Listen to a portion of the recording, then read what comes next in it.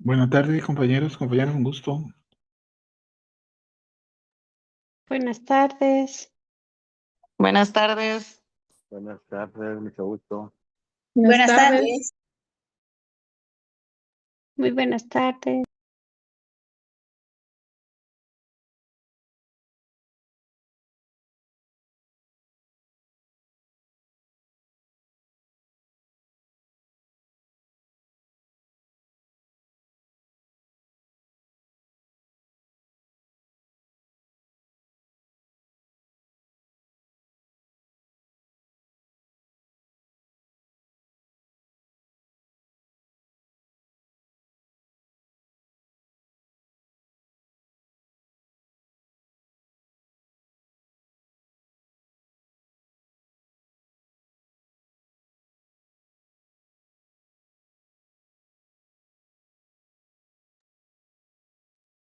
Muy bien, buenas tardes a todos y todas. Por respeto al tiempo de todos y su puntualidad, pues vamos a dar inicio a la sesión. Agradecemos mucho a todos haberse conectado para iniciar con este programa. Yo soy Claudia Roca, soy la directora del proyecto Cuidado y Tratamiento de VIH e Infecciones Oportunistas que implementa la Asociación de Salud Integral. Y para iniciar con esta sesión me voy a tomar, espero, un tiempo muy cortito para dar una introducción al curso que estamos desarrollando, ¿verdad? Para después ya entrar en materia plena de los temas que se van a compartir en la sesión de hoy. Solo quisiera agradecer si me confirman si se ve la pantalla y si esta se ve en modo presentación. Aún no. Sí se ve, Mm, pero no. Muy bien, vamos. ¿Me dicen ahora? Todavía no No, se ve en modo presentación, Claudia. Muy bien.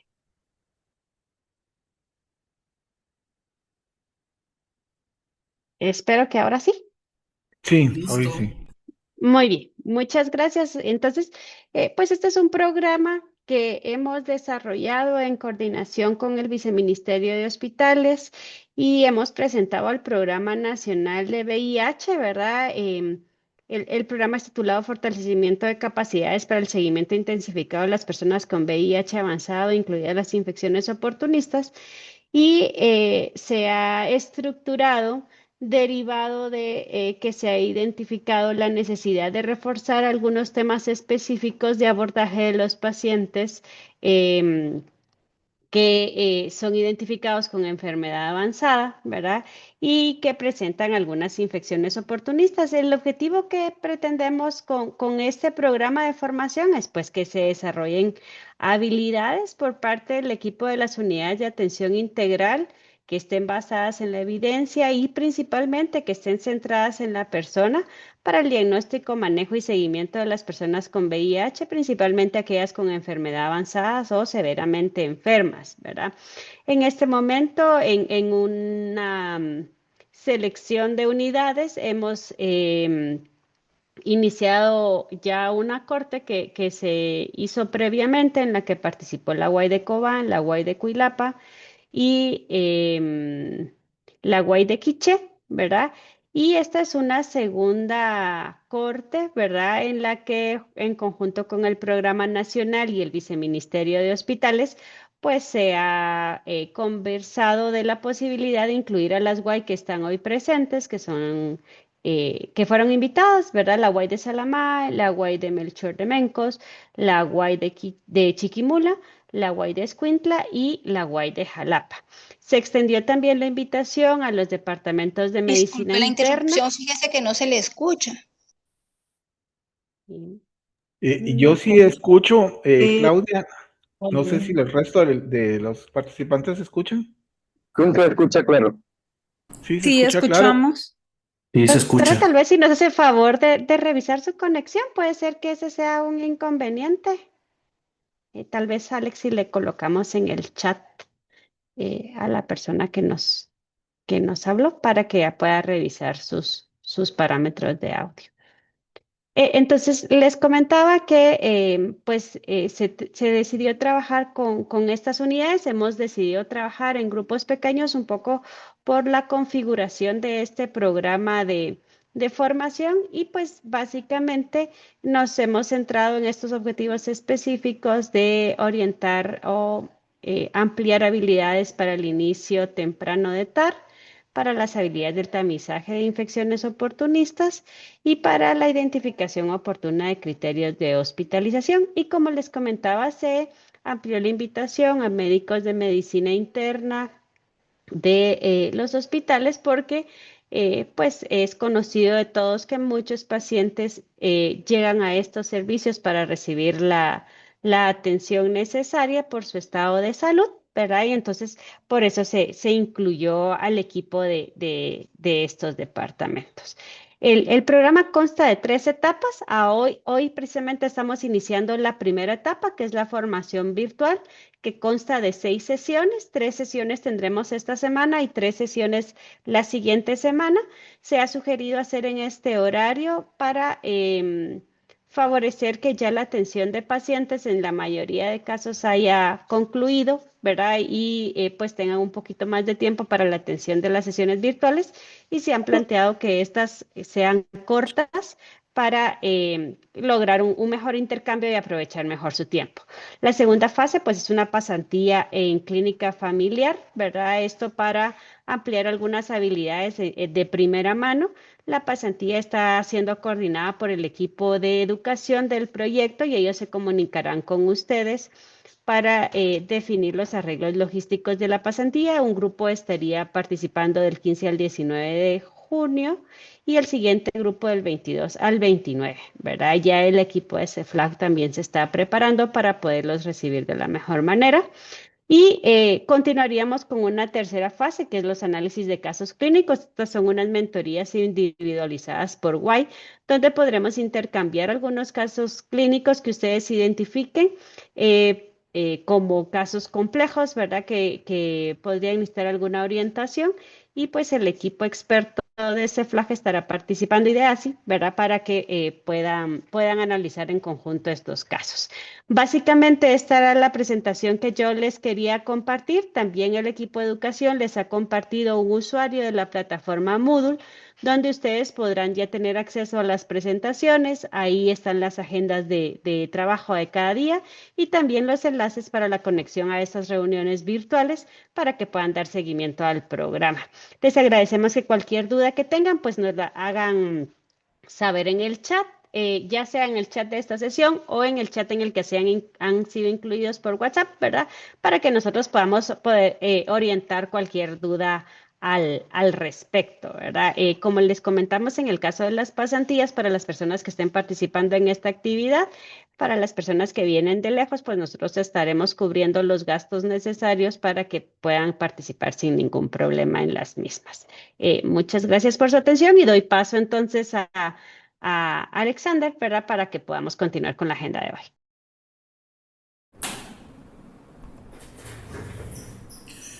Muchísimas gracias, licenciada Roca, por la introducción y la explicación sobre las actividades del programa. Yo soy Alexander López, el coordinador de educación en Asociación de Salud Integral, y en conjunto con el equipo de educación me acompaña Anthony Arroche. Somos nosotros los que nos hemos estado comunicando por correo electrónico y por WhatsApp para poderlos ayudar a involucrarse en esta actividad. Le dejo ahora la palabra al doctor Juan Carlos para que inicie con la actividad. Doctor.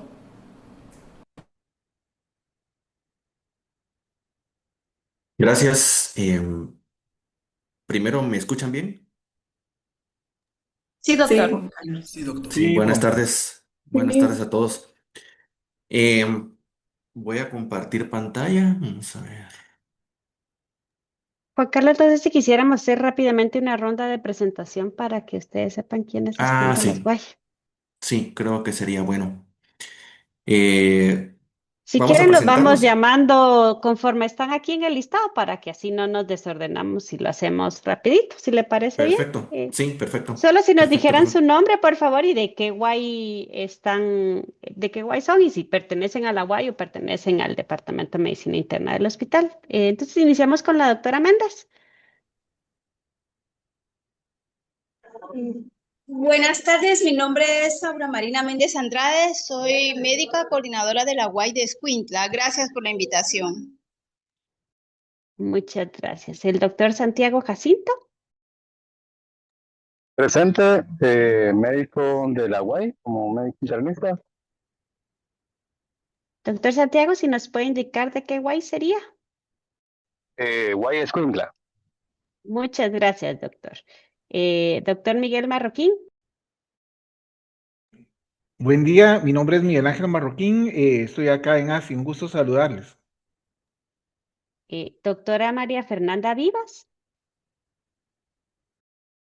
Buenos días, yo soy la doctora María Fernanda Vivas, soy médico internista del Hospital de Melchor de Mencos. Gracias, doctora. Doctora Dulce Alvarado. Buenas tardes, yo soy la doctora Dulce Alvarado y pertenezco al Departamento de Medicina Interna del Hospital de Chiquimula. Muchas gracias, doctora. Doctora Evelyn Aguirre. Hola, muy buenas tardes. Soy la doctora Evelyn Anayansi Aguirre del Hospital Nicolás Cruz Jalapa, Departamento de Medicina Interna. Muchas gracias, doctora Aguirre. Doctor Gudiel.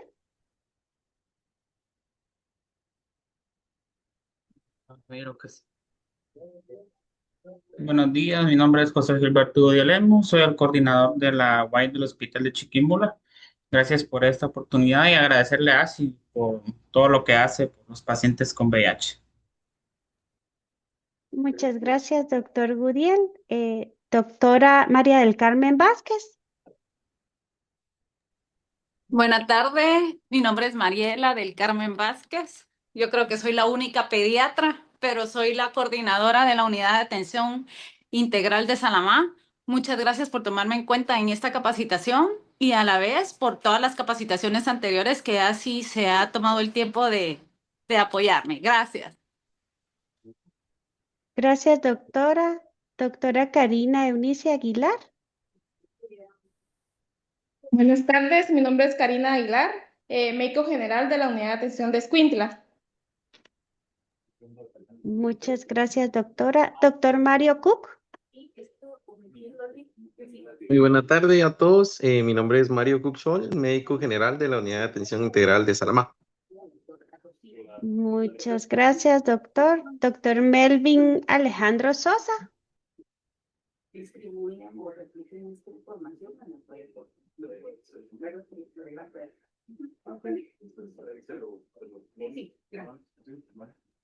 Mucho gusto, Melvin Sosa del Programa Nacional de VIH. Saludos.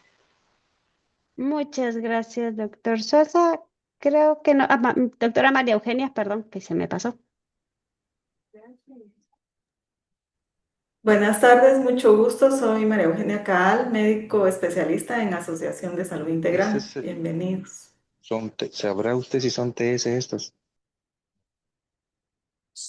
Muchas gracias, creo que estamos todos, ¿verdad? Gracias, Juan Carlos. Gracias.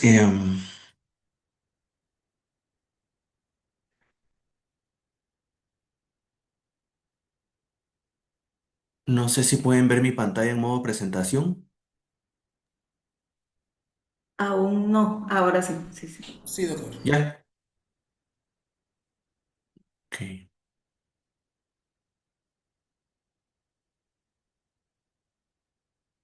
Bueno, pues como ya les mencionaron a todos, el objetivo de esta actividad nace de algo que yo creo que para los colegas que están en las unidades de atención integral, pues hace tiempo lo sabemos, pero que en los últimos meses tal vez habrán notado y es que hay un problema muy importante con el VIH avanzado, ¿verdad? Es una cosa eh, seria y no estamos en términos generales por ahora mejorando en el diagnóstico temprano, ¿verdad? Porque digamos que el, para eliminar el VIH avanzado, la estrategia más eficiente eh, sería encontrar a los pacientes antes, pues, ¿verdad? Pero no es lo que está sucediendo y pues estamos teniendo, me parece que todos o la mayoría, casos complejos, ¿verdad?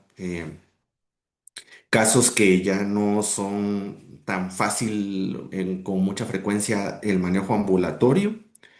Necesitamos hospitalizar a los pacientes y pues esto es lo que implica que tengamos que tener una comunicación y conexión fluida con los diferentes departamentos de medicina interna, entre otros, ¿verdad? Porque a veces necesitamos de otros departamentos para el manejo de estos casos porque los pacientes con VIH avanzado tienen alta mortalidad.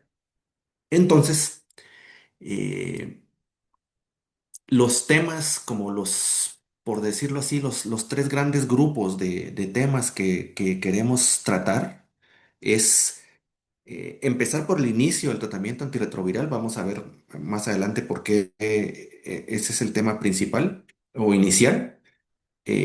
Hablar un poquito, que eso va a ser en los siguientes conversatorios de los principales oportunistas que afectan a los pacientes que vemos con enfermedad avanzada y por supuesto que no están limitados a estos, pero son los que producen más morbimortalidad. Y vamos a hablar un poquito del manejo intrahospitalario a muy grandes rasgos, ¿verdad? Entonces esta primera etapa es teórica, no es todavía una cuestión meramente práctica.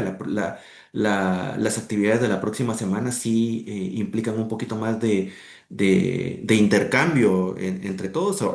Estos días de esta semana, pues básicamente es teoría, pero el objetivo es que todos estemos más o menos como al mismo nivel de ciertas bases fundamentales de lo que es el tratamiento antirretroviral en la actualidad, ¿verdad?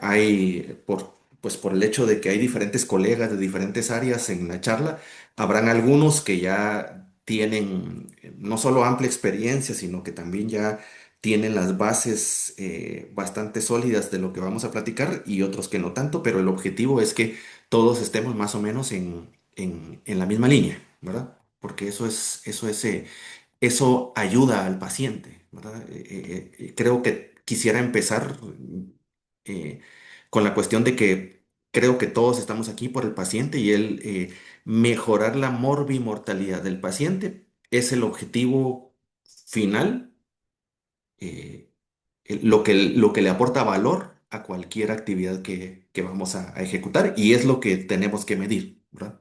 Entonces, vamos a hablar del inicio del tratamiento antirretroviral. Parece un tema simple, pero tiene algunos fundamentos que es bueno que repasemos o recapitulemos, ¿verdad? Porque habrán colegas, por ejemplo, tienen menos tiempo de trabajar en las unidades de atención integral, otros que pues nos conocemos de ya hace bastante tiempo y que hemos visto un poquito cómo ha ido la evolución del tratamiento en Guatemala, ¿verdad? Entonces vamos a empezar en aras del tiempo. Los objetivos de esta charla son analizar la importancia de la recomendación universal del inicio rápido del tratamiento antirretroviral en el manejo actual de VIH, identificar los componentes clave de la evaluación inicial necesarios para minimizar riesgos en el inicio del tratamiento y reconocer los factores que determinan la elección del régimen y el mantenimiento de la supresión viral duradera. Entonces, eso es lo que vamos a tratar de analizar rápidamente. Vamos a empezar mencionando que todo esto tiene un fundamento, ¿verdad? Aparte del fundamento eminentemente biológico y de evidencia médica, existe un fundamento también de salud pública y unos objetivos que como país tenemos que lograr, ¿verdad?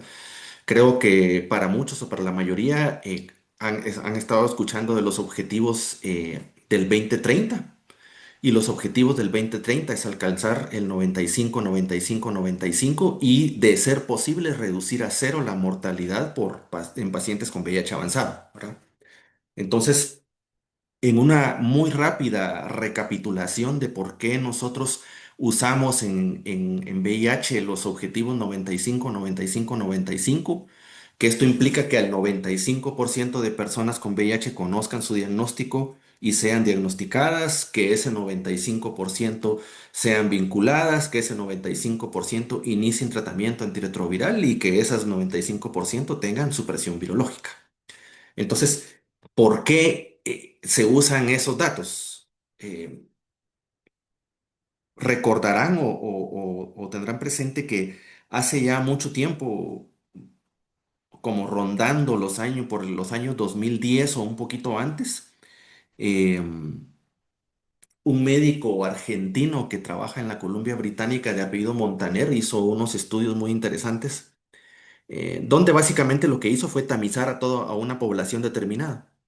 Entonces, no buscó los casos en base a riesgos de comportamiento o pacientes que tenían sospecha clínica, sino que hizo tamizaje, o sea, buscó a toda la población. Entonces, de esa cuenta se determinó que si tenía al 90% o más de los pacientes viviendo con VIH de una población determinada, si a esos pacientes les iniciaba tratamiento al 90% o más y lograba el 90% o más de supresión, el contagio se reducía a nivel poblacional en forma muy importante. Entonces, partiendo de esos estudios de este doctor Montaner, es que se han desarrollado estas estrategias y eso es digamos que el fundamento teórico de la cascada, ¿verdad? Y el fundamento individual es que creo que todos sabemos que la persona que está indetectable es intransmisible. Entonces ese es el punto, ¿verdad? Hay una mejora individual y una mejora epidemiológica. Entonces, eh, nosotros tratamos al paciente en individual, pero el conjunto de acciones que hacemos logran un impacto epidemiológico medible, ¿verdad? Entonces eso es importante. Por esa razón es que estamos en este punto. Eh, Los estudios que justifican el inicio rápido tienen un antecedente de dos estudios muy interesantes que eran el estudio START, que es el que vamos a ver aquí rápidamente, y un estudio que se llama Temprano, que es el siguiente que vamos a ver.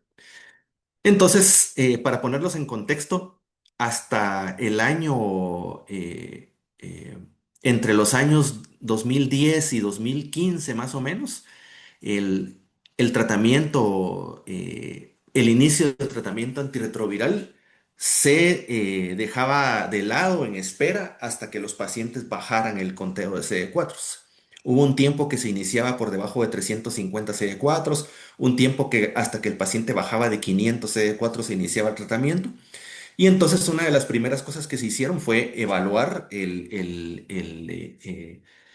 la pertinencia de esta espera, porque claramente estaban esperando que el paciente tuviera deterioro inmunológico. Entonces se publicó este estudio START, que básicamente lo que buscaba era iniciar el tratamiento antirretroviral en personas con arriba de 500 células y compararlo con el retraso en el tratamiento. Entonces, eh, en resumen, el inicio de la terapia antirretroviral en adultos eh, que tenía, mientras más alto el CD4, mejor les iba para el tratamiento, ¿verdad? Entonces, esta es otra razón también para encontrar a los pacientes temprano. En todos los puntos de medición del estudio, que siempre están relacionados con morbilidad, con mortalidad, y de estas, la morbilidad y mortalidad relacionada a eventos SIDA y no SIDA, en todas las evaluaciones le fue mejor al paciente que iniciaba más temprano. Y por supuesto, la mejoría de la carga viral, la supresión virológica y la ausencia de deterioro inmunológico fue mucho mejor en los pacientes que iniciaron temprano. Entonces, esto empezó a marcar ya la pauta de que los pacientes se tenían que empezar lo antes posible, ¿verdad? De ahí se publicó este otro estudio que también es muy cercano en el tiempo, eh, que es el estudio temprano, y este tenía la combinación de iniciar rápido el tratamiento antirretroviral y de combinarlo con terapia preventiva con isoniazida en ese momento, ¿verdad? Que era lo que se estaba usando. Entonces, se hicieron varios brazos. Había un brazo donde se difería el tratamiento antirretroviral, había un brazo donde se difería el tratamiento antirretroviral más la terapia preventiva con isoniazida, había un brazo donde se iniciaba rápido el tratamiento antirretroviral y un brazo donde se iniciaba rápido el tratamiento antirretroviral con isoniazida. La cosa es que el brazo donde se inició rápido el tratamiento antirretroviral con isoniazida es, junto con el brazo de inicio rápido de tratamiento antirretroviral, son los dos brazos del estudio en donde mejor le fue a los pacientes. Tuvieron menos efectos adversos, menos mortalidad, menos, mucha mayor sobrevida, y a los pacientes les fue mejor, ¿verdad? Entonces, este estudio, por ejemplo, también tenía que a los pacientes eh, que no tenían tratamiento, que diferían el tratamiento antirretroviral o que no tenían terapia preventiva con isoniazida, les iba peor, ¿verdad? Entonces, esto fue como el resumen de estos dos estudios, que son, digamos, son como estudios clásicos pues, que hay que leer, que son recomendados leerlos en detalle, porque esto nos da no solo un poquito de la historia, sino que el fundamento de la indicación actual. Después de eso, entonces, la siguiente pregunta es que si estamos viendo que el paciente no importa el conteo de CD4 y que mientras más alto el CD4 les va mejor, entonces, ¿cuándo es el momento más oportuno para iniciar? Y entonces empezaron a publicar varios estudios que vamos a ver rápidamente aquí. Los estudios que vimos anteriormente son del 2015, estos son ya del 2016.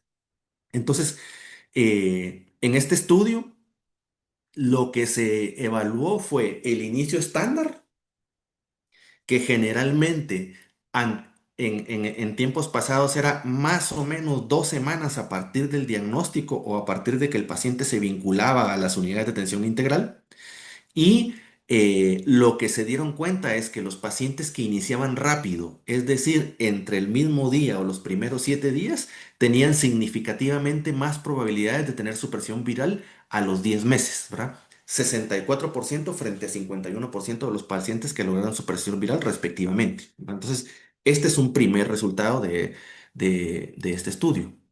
Aquí tenemos este estudio que se publicó el año siguiente, que es del año 2017, ¿verdad? Y entonces se evaluaron el mismo día de inicio de tratamiento antirretroviral versus digamos, la atención estándar que se utilizaba. Entonces, este estudio encontró que una proporción de participantes que fueron asignados aleatoriamente para recibir el inicio del TAR el mismo día mantuvieron una vinculación y tuvieron supresión viral al final del primer año en comparación con los que tenían, o sea, una mejor, pues, ¿verdad? Vinculación y supresión viral en comparación con los que tenían tratamiento estándar, ¿verdad? Que generalmente era más o menos 3 semanas después de la prueba de VIH, y la supervivencia también fue mayor. Hay que considerar y recordar para algunos de los colegas que están, pues que hemos estado más tiempo, que anteriormente había un poquito de preocupación sobre la preparación emocional del paciente, sobre la educación al paciente para iniciar tratamiento antirretroviral, sobre la evaluación psicológica, social, etcétera. Entonces, en lo que se cumplían a veces todos esos protocolos de evaluación, el paciente se retrasaba entre 2 y 3 semanas para iniciar tratamiento antirretroviral, ¿verdad? Pero empezó a surgir la idea de entrevistas y de análisis con los pacientes, que los pacientes lo que quieren es, cuando se les diagnostica de VIH, quieren dos cosas. Uno, que los vea el médico y que les diga cómo están. Y dos, iniciar tratamiento lo antes posible, ¿verdad? Y eso es esta sola estrategia. Entonces, estamos viendo ya que mejora la supresión viral, la hace más rápida y también mejora la vinculación y la sobrevida, ¿verdad? Entonces, estos son algunas de las conclusiones que van saliendo de estos estudios, ¿verdad? Aquí tenemos este otro estudio que fue publicado en JAMA, ¿verdad? Y entonces, los que iniciaron el mismo día, también quiero hacer énfasis en esto. Este estudio habla del mismo día, este estudio habla del mismo día, o sea, del día 1, día 0. tuvieron significativamente más probabilidades de lograr vinculación con la atención y supresión virológica, ¿verdad? Entonces, vamos viendo los beneficios que tiene, ¿no? Porque recordemos que nosotros también lo que buscamos es que el paciente se mantenga vinculado. Es preferible o hay que combinar estrategias que aseguren de entrada de forma preventiva la vinculación como el inicio rápido, y también tener estrategias para recuperar pacientes, pero claramente es mejor inversión iniciar lo antes posible porque sabemos que ese tiene un impacto en la vinculación, ¿verdad? Entonces, en mantenerse en la UAI, ¿verdad? Entonces, eso también tengámoslo presente. Esto fue 68% frente a 43,1% de pacientes la atención usual, ¿verdad? Y también hubo una mejor supresión virológica. Entonces, aquí vamos viendo los beneficios. Este estudio es del año 2019. Em, es interesante porque este estudio está hecho en una clínica de San Francisco. Ustedes ven a la primera autora que se llama Susa Coffey. Eh, entonces, en la clínica donde trabaja esta doctora Coffey tienen una característica interesante y es que ellos han trascendido como varias fronteras en lo que tiene que ver con adherencia y supresión virológica. Incluso tienen estudios donde han logrado supresión virológica en poblaciones que tienen alta frecuencia de abuso de sustancias, callejización y problemas sociales y mentales, que son algunas de las principales brechas de adherencia que tenemos nosotros. Eh, y pues también fueron pioneros en los estudios rápidos. Entonces ellos encontraron que la supresión virológica era más rápida en pacientes a los que le iniciaban rápido. eh, y la otra cosa es que a pesar de que el RAPID incluyó pacientes con abuso de sustancias, trastornos graves de salud mental y todo, de todas formas les rindió resultados y lograron supresión virológica. Entonces, este estudio es importante porque eso implica que aún en las poblaciones que nosotros clásicamente consideramos como de pacientes difíciles, el inicio rápido del tratamiento antirretroviral tiene impacto, ¿verdad? O sea, esto ya nos habla de que no solo tiene que ver con la cuestión del grado de inmunosupresión o no que tenga el paciente, sino que también con el tipo psicosocial del paciente, ¿verdad? Y esto también rompe la idea que les mencionaba al principio de que el paciente pudiera no estar psicológicamente preparado, que tuviera que tener una gran educación o algo, ¿verdad? El núcleo está en que el paciente quiere ver al médico el primer día y quiere iniciar el tratamiento antirretroviral lo antes posible. Entonces eso es un dato que hay que tener presente. Entonces, un resumen de los beneficios del inicio rápido.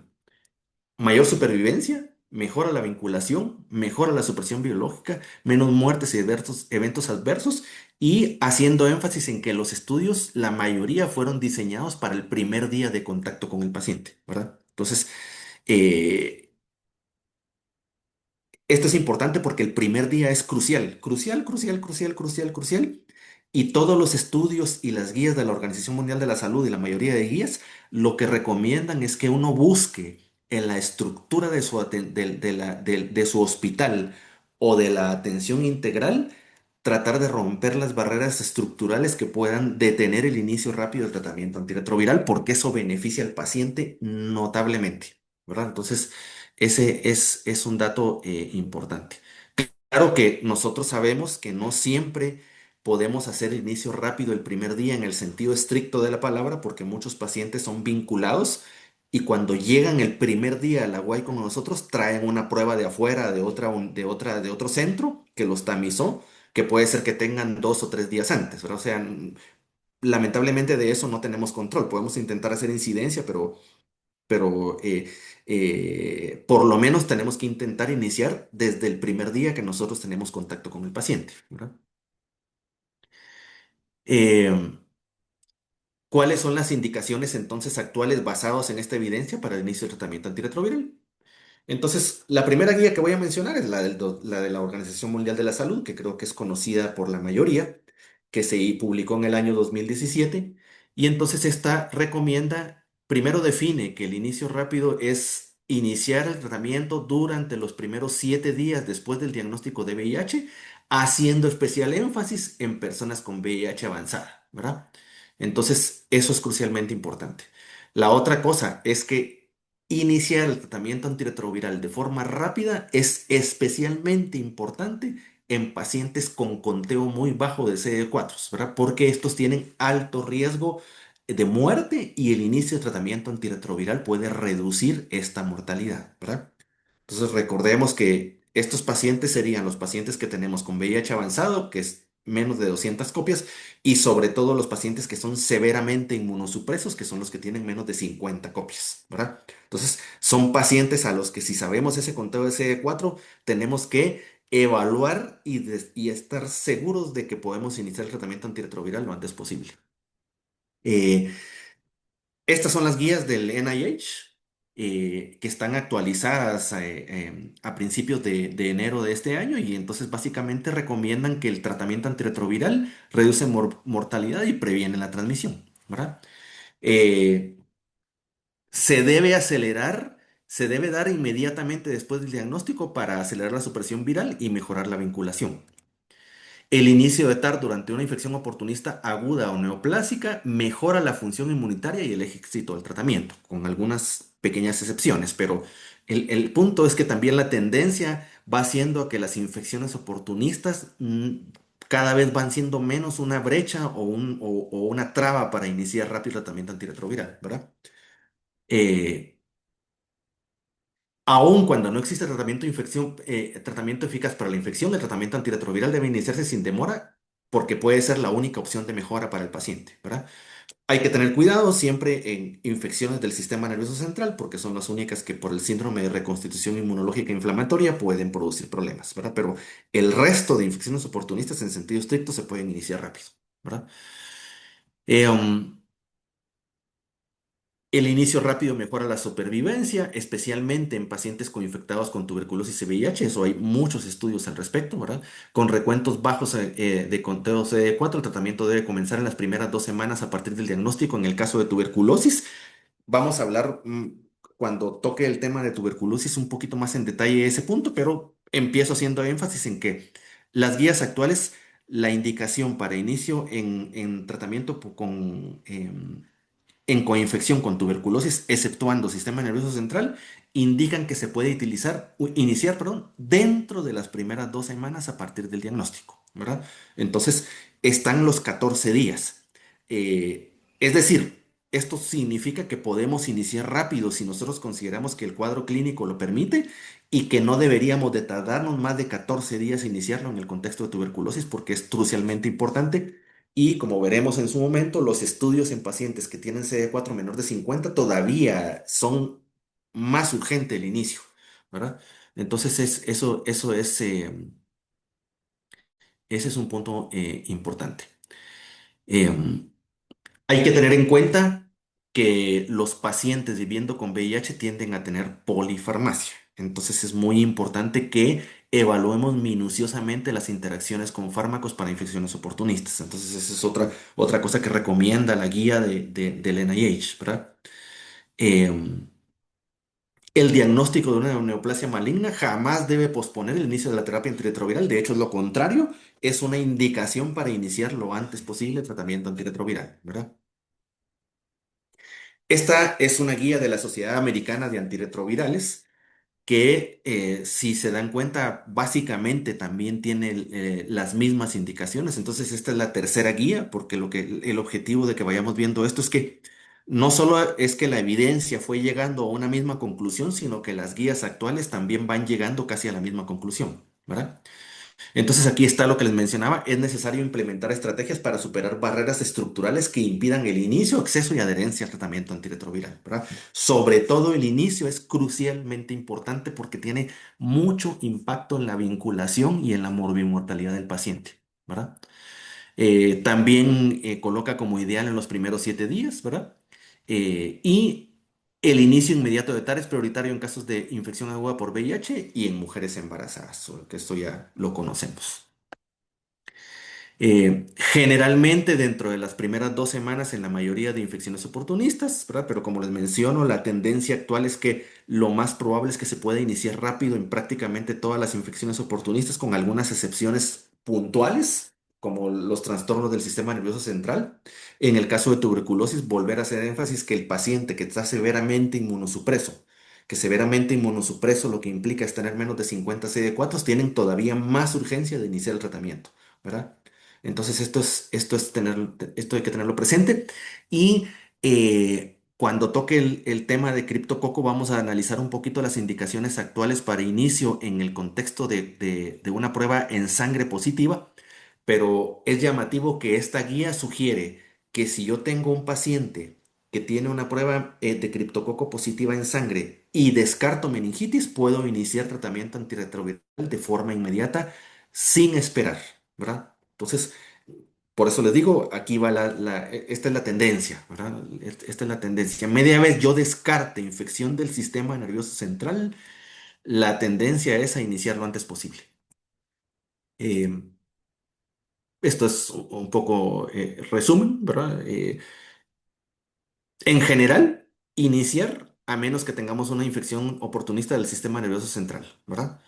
Em, Es prioritario en embarazadas, personas con diagnóstico reciente de cáncer, y hay que tener especial atención con interacciones farmacológicas. Pero las barreras para iniciar rápido casi ya van desapareciendo, ¿verdad? Y la tendencia es a iniciar lo antes posible. Incluso hay algunos estudios que se podrían considerar controversiales en tuberculosis que vamos a mencionarlo en su momento, pero se están haciendo, pues la cosa es que se están corriendo estudios y parece ser que la tendencia va a ir siendo a iniciar casi que inmediato, pues. Em, es importante entonces, si nos damos cuenta que lo que se está buscando es iniciar el primer día y sabemos que es muy probable, dependiendo del acceso a recursos que tengamos, que el primer día no siempre tengamos todos los resultados, entonces una evaluación inicial del paciente viviendo con VIH es crucialmente importante, ¿verdad? La evaluación inicial, pues en realidad no es más que el día a día médico, que es una evaluación ad capite ad calcem, como decían los maestros antes, ¿verdad? De pies a la cabeza. En el paciente viviendo con VIH es crucialmente importante examinarlo con detalle desde la cabeza hasta los pies, porque pueden tener muchos problemas de salud, no solo infección. Hay que recordar que pueden tener infecciones oportunistas, pueden tener neoplasias asociadas a VIH, ellos tienen más riesgo de enfermedades cardiovasculares, tienen alteraciones hidroelectrolíticas, tienen desnutrición proteico-calórica del adulto. Existe el concepto que es de sindemia, que es la asociación entre trastornos de salud mental y trastornos sociales. Podemos tener pacientes con trastorno de abuso de sustancias también, etcétera, ¿verdad? O sea, hay muchas posibilidades que podemos encontrar en el primer día de evaluación, pero el punto es que la mayoría no son brecha para iniciar el tratamiento, ¿verdad? Entonces, ¿qué es lo que hay que hacer? Confirmación del diagnóstico, ¿verdad? Obviamente. La evaluación médica completa, que eso es crucialmente importante. Hay que hacer algunas pruebas lo antes posible de laboratorios, como obviamente carga viral, recuento de CD4, una hematología completa, una química completa, perfil de lípidos, una orina completa, ¿verdad? Tenemos que tener presente que son pacientes que pueden hacernos lesión hepática inducida por drogas, que pueden tener hepatopatía secundaria oportunistas, que pueden tener alteración de la función renal secundaria oportunistas o secundaria a complicaciones propias de la enfermedad, y que sea como sea, nosotros utilizamos fármacos que tienen en diferentes grados y con diferente perfil de bioseguridad, metabolismo renal y hepático, ¿verdad? Tenemos que hacer serología para hepatitis, tenemos que, pues, en Guatemala en realidad no se puede hacer HLA-B5701, que es para poder utilizar abacavir, pero es prudente saberlo. Tenemos que buscar sífilis, tenemos que considerar otras infecciones de transmisión sexual si aplican, ¿verdad? Y muchas guías recomiendan en la medida de lo posible tener pruebas de resistencia genotípica, aunque esto no lo tenemos nosotros rutinariamente, ¿verdad? Una prueba de resistencia genotípica en un paciente nuevo lo que nos ayuda es a determinar si hay resistencia primaria a alguno de los esquemas que vamos a utilizar y por lo tanto a dirigir el tratamiento, ¿verdad? Eh, Esto lo mencionan mucha literatura y es especialmente importante también en la era del PrEP, ¿verdad? Porque en otros lugares del mundo pues ya hay PrEP con cabotegravir y sabemos que pacientes que usan PrEP, por ejemplo, con Truvada, eh, pues si la evaluación del paciente no es adecuada y si resulta que estaba positivo, pero todavía no tenía pruebas confirmatorias y toma PrEP, podría generar resistencias a tenofovir y lamivudina y pues las complicaciones que eso nos puede producir, ¿verdad? Pero lo menciono porque es conveniente saberlo, pero en la práctica no es fácil obtenerlo. Em, En esto no me voy a detener, ¿verdad? Son las pruebas de cribado que hay que hacer, que esto lo conocemos todos, ¿verdad? Entonces esto es crucialmente importante. Eh, de esta diapositiva, que es la revisión por sistemas de los pacientes, em, sí la dejo porque aunque parece, como les mencionaba, la rutina nuestra de cada día, los pacientes viviendo con VIH tienden a tener muchas de las alteraciones o de los síntomas o signos que podemos ver ahí, ¿verdad? Y que no siempre vienen claramente evaluados en la historia y que nosotros estamos obligados a documentar, ¿verdad? Porque los pacientes pueden tener alteraciones de piel con mucha frecuencia. Hay pacientes que tienen... La búsqueda de enopatías es crucialmente importante porque hay muchos pacientes con linfomas. La piel es crucialmente importante porque tenemos muchos pacientes con sarcoma de Kaposi. La boca es crucialmente importante porque tenemos pacientes con úlceras, con cándida, con leucoplasia vellosa, con histoplasma en mucosas. El sistema cardiovascular es crucialmente importante porque tenemos problemas de derrame pleural, de derrame pericárdico, de tuberculosis pericárdica, de Kaposi pleural. Entonces, todo esto el primer día nos puede orientar, ¿verdad? Gastrointestinal, los pacientes vienen con diarrea con mucha frecuencia. eh, el examen neurológico es crucialmente importante, incluso en las emergencias, porque hay muchos estudios recientes que indican que muchos pacientes o personas viviendo con VIH se acercan a las emergencias de los hospitales con trastornos neurológicos poco claros, que se pasan por alto, que no se les pide prueba de VIH y lo que tienen es VIH, ¿verdad? Entonces, y que se le atribuyen a diferentes causas, especialmente pacientes que no son población pediátrica ni población en edad avanzada, sino que lo que pudiéramos denominar en edad reproductiva. Entonces, que son los pacientes que si tienen un síndrome neurológico que no encontramos etiología, debería de llamar nuestra atención, ¿verdad? Entonces, ese es un dato importante.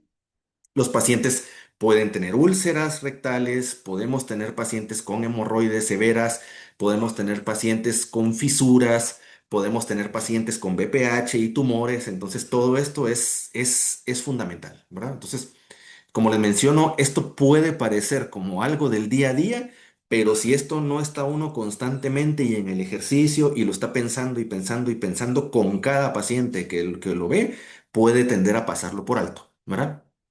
Entonces, esto es igual un resumen de lo que podemos encontrar, ¿verdad? No lo voy a volver a detallar, pero sí es crucialmente importante, ¿verdad? También tener el peso del paciente es crucialmente importante para el seguimiento, ¿verdad? ¿Qué otra cosa es importante evaluar? Tenemos que evaluar si el paciente tiene algún tipo de historial antirretroviral, si el paciente realmente es naive. Naive significa un paciente que nunca ha tenido tratamiento antirretroviral. Un paciente no naive es un paciente que ya tuvo tratamiento o historial de tratamiento antirretroviral y esto puede ser tratamiento o puede ser PrEP, ¿verdad? Entonces, eso es importante porque si el paciente ya tuvo tratamiento antirretroviral, tenemos que saber qué tratamiento tuvo porque hay que analizar si el tratamiento de elección que nosotros pensamos es el más adecuado o debemos utilizar uno considerando su historial de tratamiento. Actualmente es crucialmente importante también, en la medida de lo posible, tener un registro de vacunación y de inmunización, ¿verdad? Tal vez hacer especial énfasis en sarampión. Me imagino que todos han tenido casos, nosotros hemos tenido ya varios casos de sarampión, hemos tenido pacientes con neumonitis por sarampión y el sarampión los inmunosuprime, ¿verdad? Creo que todos conocemos que el sarampión per se puede producir una redistribución de los glóbulos blancos y en el paciente con VIH es especialmente importante tener esta precaución, ¿verdad? Entonces, el paciente viviendo con VIH se puede vacunar para sarampión siempre y cuando tenga más de 200 CD4. Claramente es necesaria una valoración psicosocial, pero sí quiero hacer énfasis en que la valoración psicosocial y valoración nutricional que me faltó a colocar aquí no está por encima ni es prioritaria sobre la evaluación médica.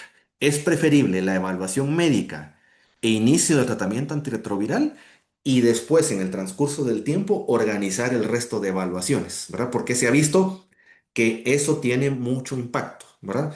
Si uno combina las diferentes evaluaciones que puede tener un paciente viviendo con VIH, la que tiene impacto siempre en el primer día o en los primeros 7 días es la evaluación médica con inicio de tratamiento antirretroviral, ¿verdad? Las otras se pueden supeditar a la evaluación médica y de hecho deberían ser dirigidas por el médico, ¿verdad? El médico puede orientar a la evaluación del resto de colegas, ¿verdad?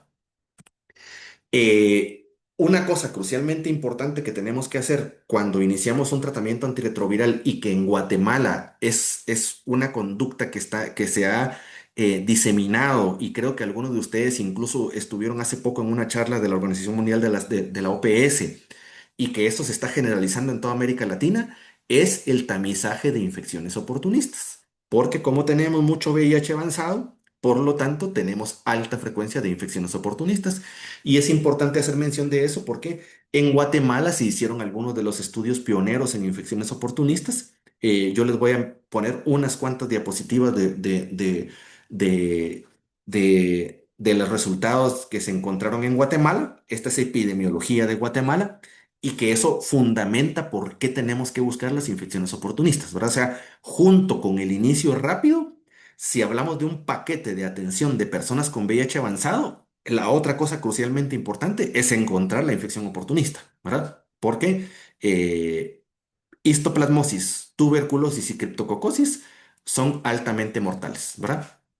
Y entonces, un programa, un proyecto que atienda VIH avanzado, que realmente le aporte al país, tiene que buscar reducir la mortalidad y este es el caso de este proyecto que les voy a mencionar. Entonces, esto se hizo una evaluación, se trabajó en colaboración con 13 de las unidades de atención integral del país de ese momento. Esto se llevó a cabo entre el año 2015 y 2017 más o menos, ¿verdad?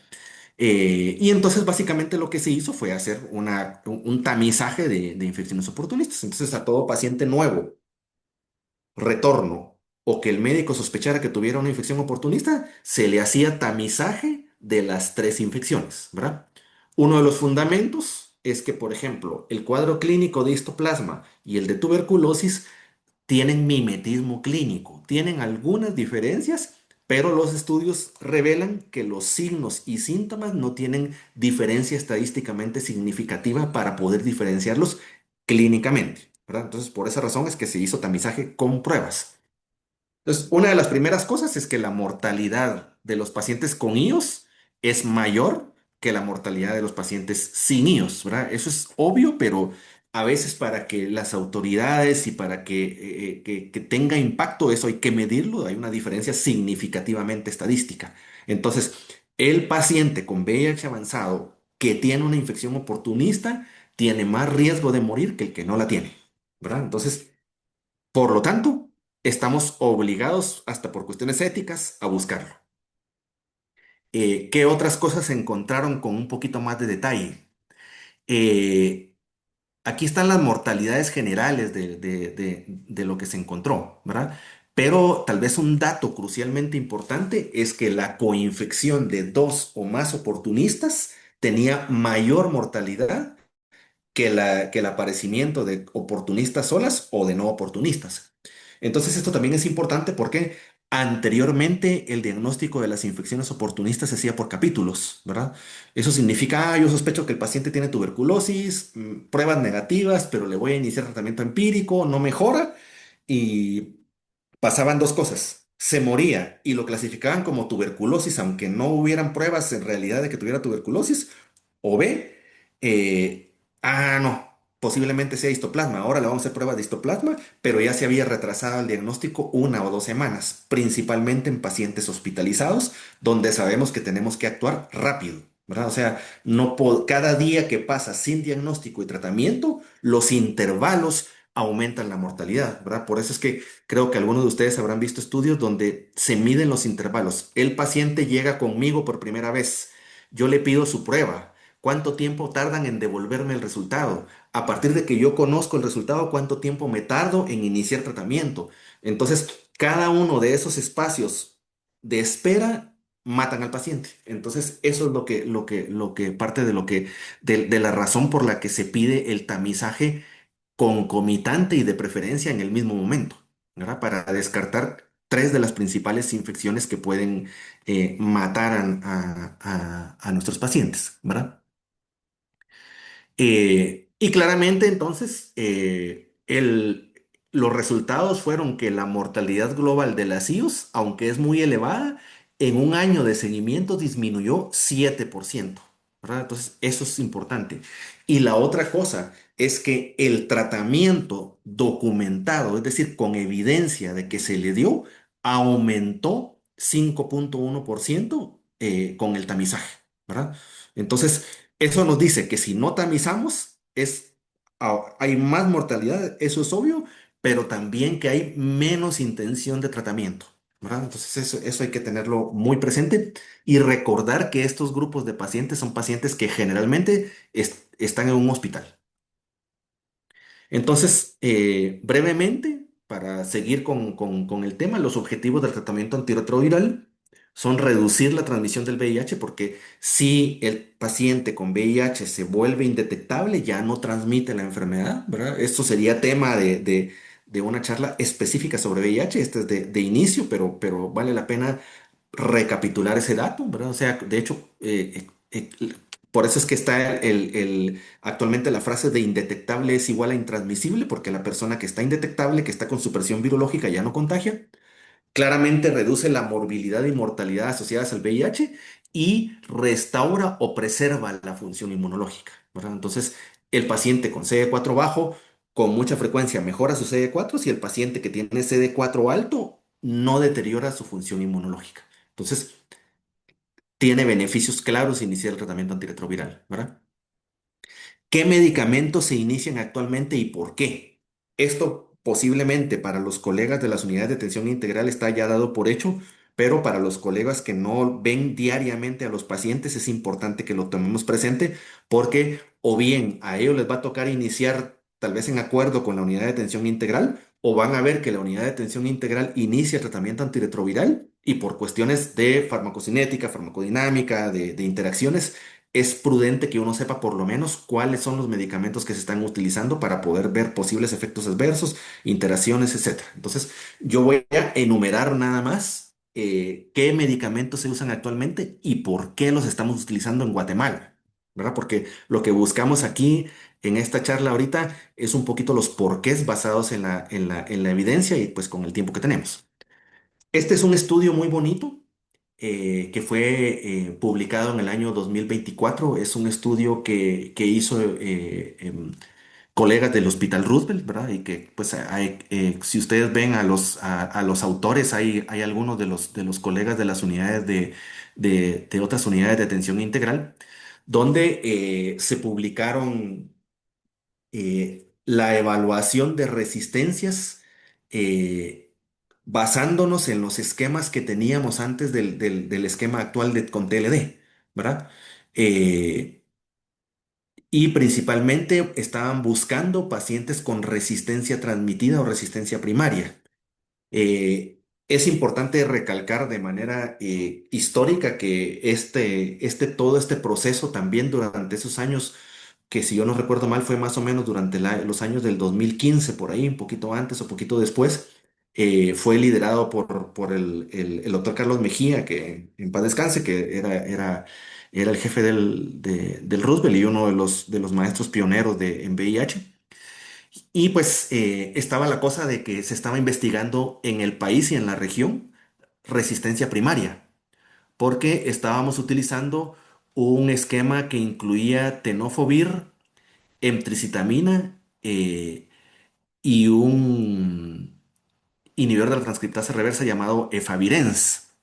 Eh, y anteriormente teníamos otro esquema que se llamaba nivirapina, etcétera. Entonces la cuestión está en que existía la sospecha de que había resistencia primaria y en efecto los resultados de este estudio lo que encontraron fue que había resistencia a nevirapina y efavirenz principalmente, ¿verdad?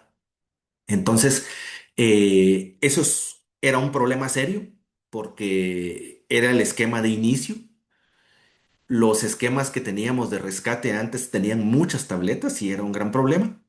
Y durante ese periodo de tiempo también vino toda la evaluación de los inhibidores de integrasa, sobre todo el dolutegravir, que es el que usamos actualmente de caballito de batalla, y victegravir y otros, y la Organización Mundial de la Salud en la guía del 2016, si no recuerdo mal, empezó a sugerir ya los esquemas con dolutegravir como primera línea de defensa, porque en América Latina y en muchos lugares del mundo estaba este problema, ¿verdad?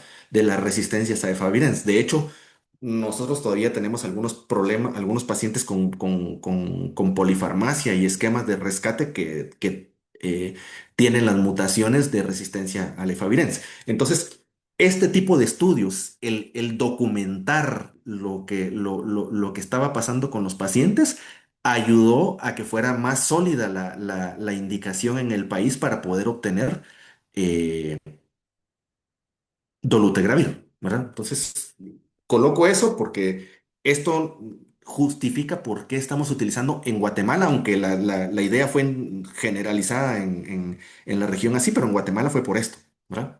Y en Centroamérica solo Honduras nos ganaba en resistencia primaria, ¿verdad? O sea, estábamos en primer lugar, en segundo lugar de atrás para adelante en cuanto a resistencia. Eh, Recordar un poco que nosotros utilizamos triple droga. eh, Anteriormente se le llamaba terapia de gran actividad, pero la triple droga, en resumen, fue porque se hicieron muchos estudios, principalmente entre los años 1996 y en ese periodo, donde se compararon un antirretroviral, dos antirretrovirales y tres antirretrovirales y se vio que la supresión era más sostenible con la triple droga para los medicamentos de ese momento. De hecho, los estudios que se publicaron para el efavirenz que les mencionaba anteriormente fueron del año 96. ¿Qué pasó con la triple droga? Maximizaba la supresión viral, minimizaba el desarrollo de resistencias, porque sí se ha visto que la monoterapia y la biterapia genera resistencias y mejoraba los resultados clínicos a largo plazo, ¿verdad? La combinación generalmente consistía en dos inhibidores nucleósidos de la transcriptasa reversa más un tercer agente, ¿verdad?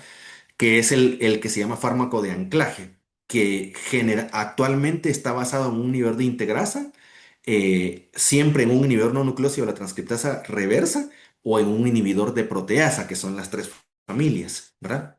Eh, la razón por la que el fármaco de anclaje es un inhibidor de integrasa, un no nucleósido o un inhibidor de la proteasa, en términos generales es que por lo menos los de integrasa y los de la proteasa tienen una vida media más extendida que los nucleósidos y principalmente los de integrasa actuales y los de proteasa tienen algo que se llama barrera genética más amplia.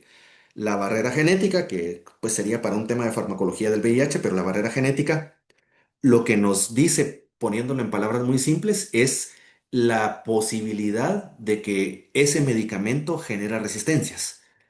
A más alta barrera genética se requieren más mutaciones para generar resistencia. A más baja barrera genética se requieren menos mutaciones para generar resistencia. Y eso se traduce en cómo se lo toma un paciente, ¿verdad? por cada vez que el paciente se lo toma mal, o sea, si su porcentaje de adherencia no es bueno, entonces eso hace que el paciente esté expuesto intermitentemente a niveles circulantes del antirretroviral en sangre y esa intermitencia es la que favorece las mutaciones de resistencia, ¿verdad? Si la barrera genética es baja, como era el caso del efavirenz que les mencionaba, el paciente va a generar resistencia más rápido y por lo tanto va a quemar el esquema.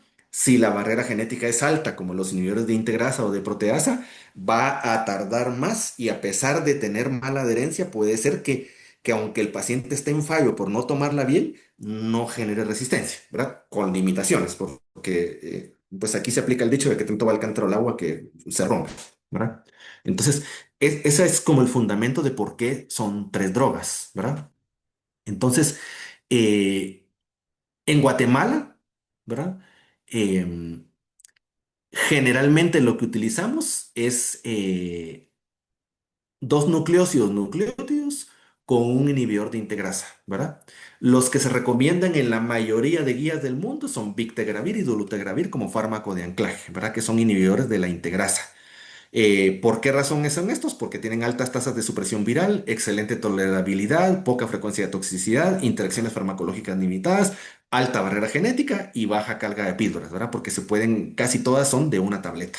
Entonces, eso es la razón actual, ¿verdad? De hecho, muchos pacientes que hicieron fallos con el esquema anterior los pudimos rescatar con el esquema actual con inhibidor de integrasa. Y en Guatemala, para resumir esta diapositiva, lo que estamos utilizando actualmente es dolutegravir más tenofovir disoproxil fumarato o tenofovir alafenamida, que es el famoso Tafel, y más entricitabina o lamivudina, que es lo que conforma el Tafed o el TLD, ¿verdad? Entonces, básicamente es el mismo esquema. La única diferencia es que en uno utilizamos el tenofovir disoproxilo, que tiene un perfil óseo y renal tal vez no tan ideal, y en la otra usamos tenofovir alafenamida, que es el que tiene mejor perfil óseo y mejor perfil renal, ¿verdad? Y de hecho la tendencia en el país es a transicionar a Tafel, ¿verdad? Entonces, ese es lo que se está evaluando. Algunas cosas que están publicadas que no hacemos aquí, pero que vale la pena tenerlas presentes, es que existe un régimen que tiene solo dolutegravir y 3-TC, ¿verdad? Que se puede utilizar en pacientes que tienen antecedente de estar con carga viral suprimida, que son buenos pacientes, y puede sernos bastante útil en pacientes con problemas renales, ¿verdad? Teniendo presente que si la carga viral está alta o si tienen hepatitis B, no es una de las mejores opciones, pero es una herramienta terapéutica. En alguna reunión con la OPS lo han sugerido, recomendado. Guatemala no lo tiene, pero es una opción de biterapia en pacientes seleccionados.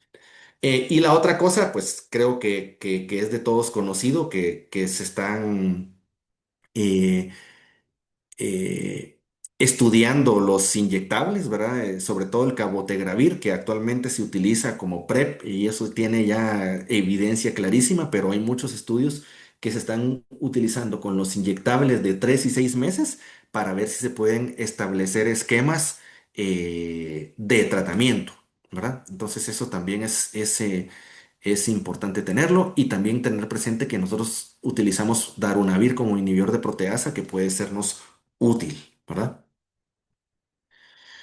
Entonces, el monitoreo, yo creo que con esto ya voy a ir terminando por horas del tiempo, ¿verdad? Este es un resumen de las sugerencias actuales de monitoreo del paciente que inicia tratamiento antirretroviral, ¿verdad? Entonces, obviamente hay que hacerle pruebas diagnósticas de inicio, ¿verdad? Que es el tamizaje de infecciones oportunistas, química, hematología, CD4, carga viral, etcétera, ¿verdad? Se recomienda el seguimiento frecuente de carga viral durante los primeros meses de tratamiento, sobre todo para ver la supresión, porque pues recordemos que el paciente suprime más o menos entre 8 y 12 semanas en promedio, con un máximo de hasta 24, que es lo que utilizamos en Guatemala de monitoreo, pero que es importante valorar si el paciente disminuyó la carga viral en la tasa que debería. Y un punto importante que es que puede generar cierta polémica y que pues se va a actualizar, ya se revisó en la Guía Nacional de Antirretrovirales, pero que también está en proceso de actualización por el Programa Nacional, si no estoy mal, es el seguimiento del conteo de CD4, ¿verdad? ¿Por qué? Sí se ha visto que en pacientes que están estables y que ya tienen por lo menos 1 o 2 años de tratamiento antirretroviral y su conteo de CD4 está por lo menos arriba de 250, lo que aporta el monitoreo de CD4 ya es poco, ¿verdad? Entonces, algunas guías recomiendan espaciarlo anualmente y otras incluso recomiendan suspenderlo a menos que el médico considere que tiene alguna indicación clínica. Pero como les menciono, teniendo como mínimo 1 año de tratamiento, sostenidamente más de 250 CD4 y por supuesto que la carga viral esté indetectable, ¿verdad? Y que no sea un paciente que sospechemos que pueda tener demencia o un trastorno neurocognitivo asociado a VIH, porque recordemos que el CD4 puede bajar en pacientes aún indetectables si tiene una neoplasia de reciente aparecimiento que puede aparecerles perfectamente aunque tengan carga viral suprimida, o si el paciente tiene escape viral al sistema nervioso, aunque esté suprimido. Es decir, que tengan carga viral sérica indetectable, pero replicando en el líquido cefalorraquídeo. Esas son dos causas frecuentes de disminución de CD4 en pacientes que, entre comillas, estaban estables, ¿verdad? Entonces, algunas otras cositas importantes que hay que tener presente en el seguimiento. Solo recordar que los pacientes pueden tener alteraciones cardiometabólicas, ¿verdad? Los esquemas que se inician con tenofovir alafenamida y con inhibidores de integrasa como el dolutegravir, está bien reportado que pueden favorecer el aumento de peso y hay reportes de dislipidemias. Hay que recordar que asociado a eso, la persona con VIH tiene mayor riesgo de enfermedad cardiovascular. Eh, Recordar que podemos manejar la enfermedad cardiovascular en los pacientes de seguimiento con VIH intrahospitalario o fuera del hospital, como se maneja con la mayoría de pacientes, ¿verdad? Solo teniendo algunas precauciones con las estatinas. Eh, y que otra cosa que se recomienda es el monitoreo de la presión arterial en cada visita, ¿verdad? A veces nos pasa que hay pacientes que llegan desnutridos, pero cuando mejoran su peso empiezan a tener alteraciones cardiometabólicas que a veces estaban como subregistradas por la pérdida de peso, ¿verdad? Entonces, ese es el punto. Estas son las referencias bibliográficas que tiene la guía. Todas son descargables y verificables. La mayoría se pueden revisar en línea. O sea, hay muchísimo más detalle de lo que yo les coloqué aquí, ¿verdad? Entonces, y yo se las puedo mandar a cada uno también si quieren. Y también creo que están en la plataforma del curso. El licenciado Alex me corrige. Eh, y solo quiero entonces solo recapitular muy rápidamente que inicio rápido debe ser dentro de los primeros 7 días. Hay que tratar de romper las barreras que existan para iniciarlo. Es preferible si iniciamos el primer día. La principal contraindicación es sistema nervioso central. O sea que lo que no es sistema nervioso central, lo más probable es que podamos iniciarlo rápido, ¿verdad? Eh, y de ahí, en resumen, lo que hay que hacer es una excelente evaluación clínica del paciente y la otra cosa es revisar interacciones farmacológicas, ¿verdad? Porque esos son como puntos primordiales, ¿verdad? En eso se podría resumir esto, ¿no? El mensaje de hoy es iniciar rápido, ¿verdad? Y tratar de desmantelar las barreras estructurales que nosotros miremos que nos bloquean el inicio rápido, porque en realidad la mayoría de pacientes pueden iniciar rápido. Entonces, eso sería el resumen de esta parte, que yo sé que es mucho más teórica que otra cosa, pero nos va a ir sirviendo para conversatorios la próxima semana, ¿verdad? Entonces, agradezco su atención y dejo la palabra al licenciado Alex o si ustedes quieren hacer algún comentario, alguna pregunta. Muchísimas gracias, doctor, por su intervención. Muchas gracias a todos los participantes. Nuevamente les remarco que por favor ingresen a la plataforma de Moodle y y realicen las actividades que están en dicha plataforma. Ya está activa la asistencia para la actividad de hoy en la plataforma. Va a estar disponible hasta las 3 de la tarde. Así que por favor naveguen, escríbanos si tienen alguna duda y con mucho gusto nosotros los vamos a estar apoyando. Como indicó el doctor Juan Carlos, el material que presentó hoy está disponible también en la plataforma para que ustedes lo puedan descargar. Claudia, no sé si tienes algo que quisieras agregar para poder cerrar esta actividad. Tal vez solo dar un espacio corto por si alguien tiene algunas dudas que nos hicieron favor de colocar en el chat, pues la doctora María Eugenia nos está haciendo favor de dar las orientaciones, pero no sé si alguien tiene alguna consulta adicional rápidamente antes de concluir la sesión. Yo sí tengo una duda para el doctor Juan Carlos, no sé si él tendrá tiempo aún de responder. Con gusto, doctor. Fíjese que le quería comentar sobre un caso que tenemos acá en la unidad de atención integral. Como nosotros, el conteo ACD4, el TB-LAM, antígeno de histo y antígeno de cripto lo enviamos a CEFLAC, ¿verdad? Y yo logro enviar todo de una vez porque se tarda en venir el resultado. Y tuve un paciente que me dio positivo para antígeno de histoplasmosis y para antígeno de TB-LAM, pero en orina. Y el conteo de CD4 está en 694 y su carga viral está en 42.700. También acá se le corrió GeneXpert, también en orina, porque el paciente se encontraba asintomático. O sea, él no tenía tos, no ha presentado fiebre, ni pérdida de peso, ni sudoración. Y la radiografía de tórax también se encuentra normal. Yo sé que el conteo de CD4 está arriba de 694, pero como lo digo, ¿verdad? Por esa problemática que tenemos de que todo se envía allá, también corremos antígeno de histo y de cripto. Y resultó antígeno de histo en orina positivo con 0.692 y antígeno y TB-LAM en orina también positivo. Como el paciente está sintomático, ¿cómo se procedería con ese paciente, doctor? Gracias por su consulta, doctor. Solo una preguntita rapidita. ¿Cuánto se tardan en devolverle el resultado? Solo por ver, así en promedio. De 7 a 10 días. 7 a 10 días. Ajá. ¿Y se lo mandan por correo o Sí, cómo sí, lo por reciben? correo. Por correo, ok. Bueno, antes de la parte, digamos, de la respuesta a su pregunta al respecto del manejo del paciente en específico, si está mandando a ASI o a la clínica familiar y debería de tener sus resultados más rápido, ¿verdad? Yo diría que 48 o 72 horas máximo.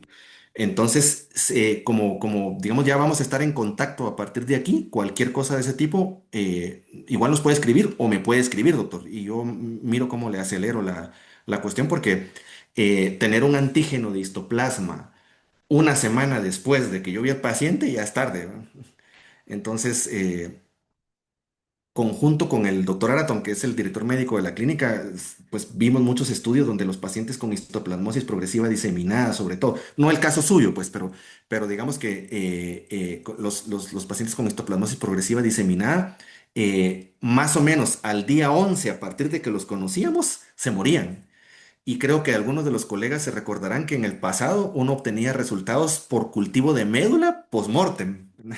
Entonces, la prueba de antígeno es para allá, ¿verdad? No puede tardarse mucho. Entonces, para que vamos a tratar de agilizar ese punto, ¿verdad? Lo voy a tener como anotado. Pero de todas formas, doctor, si tiene alguna cuestión de un paciente que mira ahí que la cosa no, hay algún retraso o necesita algo, se puede comunicar conmigo con mucho gusto, ¿verdad? Creo que habilitaron por ahí puso el licenciado Alex mi correo, pero también hay un chat que va a estar activo mientras dure la actividad, donde ahí está mi teléfono y me pueden escribir sin problema, ¿verdad? Entonces, eso como cosa porque que nos queda a todos de que el tamizaje es para actuar rápido, ¿verdad? Entonces, No puede ser una semana después. Ahora, con respecto a su paciente, doctor, eh, generalmente, empezando por el inicio del tratamiento antirretroviral, si el paciente no tiene datos clínicos de una infección del sistema nervioso central, podríamos decir que es bastante seguro iniciar el tratamiento antirretroviral, ¿verdad? Si uno hizo un buen examen neurológico y el paciente no tiene síntomas y el examen neurológico es normal, creo, pues es bastante seguro el inicio rápido del tratamiento antirretroviral, ¿verdad? Es preferible tener las pruebas, ¿verdad? Por supuesto, pero empiezo por ese punto. Eh, en cuanto a los resultados, la primera cosa es que el TB-LAM tiene su principal eficacia en pacientes con VIH avanzados y principalmente con menos de 100 CD4, ¿verdad? Hay que recordar que lo que detecta el TB-LAM es una proteína que en realidad también tiene la cuestión de que no distingue entre micobacterias eh, tuberculosas y no tuberculosas. Entonces, sí, hay casos donde puede, sí, no es frecuente, pero puede dar falsos positivos en personas que no tienen tuberculosis, ¿verdad? Entonces, ese es un punto. Y sobre todo porque le entendería que las cuatro preguntas, que es como que la entrada al tamizaje en población en general, estaban negativas, ¿verdad? Entonces ahí y que ustedes le corrieron más pruebas y no tienen más evidencia de que tenga tuberculosis activa, más que el LAM en un paciente que está con inmunocompetente, ¿verdad? Entonces, ahí ya está como dudoso el diagnóstico, ¿verdad? Eh, Hay que ver la radiografía de tórax, que la radiografía esté normal, que no tenga anemia de la enfermedad crónica y todos los otros datos clínicos que pueden sugerir tuberculosis, pero por lo que le entiendo, todo eso está normal, ¿verdad? Entonces ya como que va en contra, ¿verdad? Y sobre todo que usted ya le hizo pruebas moleculares y ahí la cosa no está negativo, ¿verdad? Y la otra cosa con el antígeno de histoplasma es que actualmente eso no lo mencioné, pero uno de los hallazgos de los estudios de tamizaje en Guatemala, eh, lo que mencionaron, lo que encontramos fue que donde tenía mayor impacto hacer tamizaje de infecciones oportunistas es en pacientes con menos de 350 CD4, ¿verdad? Que es un poquito más alto de lo clásico de los libros, ¿verdad? De los 200 CD4, porque sí había un porcentaje de pacientes que todavía tenían algún tipo de infección oportunista por ese rango, ¿verdad? Y arriba de ese rango, casi solo tuberculosis, que es creo que lo que nosotros vemos, pero que sintomática, ¿verdad? Eh, entonces, con ese antígeno. El problema es que el antígeno está positivo y ese antígeno, pues sí, es histoplasma, ¿verdad? Pero es poco probable que ese paciente suyo tenga una histoplasmosis progresiva diseminada severa, ¿verdad? Más adelante vamos a ver con más detalle la clasificación, pero en todo caso es un paciente que tiene una histoplasmosis leve, ¿verdad? Que y que pues que tiene derecho por tener VIH a tenerlo, pues, pero que es algo que no le va a contraindicar el tratamiento antirretroviral y que perfectamente puede tratar con itraconazol, ¿verdad? Oral, ambulatorio, sin ningún problema, ¿verdad? Eh, Aún que el resto de pruebas y el examen físico esté en teoría normal, ¿verdad? Porque pues en las infecciones oportunistas también se está como em, estudiando desde hace tiempo ese fenómeno del preemptive o del tratamiento anticipado, ¿verdad? Que el prototipo es la antigenemia aislada para criptococo, ¿verdad? Entonces, es muy probable que las pruebas, por ejemplo, como el antígeno de histoplasma, tenga habilidad o capacidad para detectar cosas muy tempranas, ¿verdad? Que tal vez únicamente con itraconazol oral se puedan manejar sin mayor problema, ¿verdad? Entonces, con ese paciente suyo, yo lo que hubiera hecho es que lo de tuberculosis, yo personalmente lo hubiera, observarlo, ¿verdad? Porque creo que nos metemos a camisa de once varas con un montón de drogas y si no tiene otras pruebas que lo sustenten, ¿verdad? Y el paciente totalmente asintomático, con inmunidad adecuada, que debería de inflamar y dar todo el síndrome de tuberculosis, si no lo da, ¿no? Entonces ya lo pone dudoso. Iniciar el targa de entrada y para la cuestión de histoplasma, darle itraconazol, ¿verdad? Porque eso lo resolvería, porque posiblemente es una etapa muy temprana de la histoplasmosis, ¿verdad? Entonces, no sé si eso responde a su consulta, doctor. Sí, doctor, como estaba asintomático, yo ese mismo día le inicié antirretrovirales, ¿verdad? Solo tenía la duda Excelente. con la histoplasmosis. Y ahorita con anazol, ¿por cuánto tiempo sería, doctor? Es más o menos un año, doctor. Así lo que recomiendan la guía, ¿verdad? Correcto, sí, sí, correcto. Pero como leve, ¿no? Solo oral, porque para Sí, sí, no sí. someter al Ujú. paciente a más fármaco, ¿no? No, no. Ajá. Ujú. Y también le inicié la terapia preventiva para tuberculosis. Como dijo usted, ¿verdad? Y el Tivilán es altamente sensible, entonces yo dije que igual iba a continuar la TPT. Sí, lo que hay que hacer es observarlo, ¿verdad? Pero sí, ese TB-LAM podría haberle dado positivo por otras razones, ¿no? Gracias, doctor. Muy bien, entonces muchas gracias por sus consultas. Perdón, ahí que nos demoramos un poquito más de lo esperado, pero siempre estos temas son bastante interesantes, ¿verdad? Esperamos mañana poder contar nuevamente con su presencia en la sesión del día de mañana, donde estaremos abordando un tema diferente, siempre asociado al abordaje de los pacientes con enfermedad avanzada o severamente enfermos, siempre a las 12 y pues ustedes ya tienen el enlace para poderse conectar a las sesiones de esta semana. Agradecemos mucho su participación y nos vemos mañana siempre por esta vía. Que tengan muy buena tarde. Buenas tardes, gracias. Buenas Buenas tardes. tardes. Buenas tardes, chao.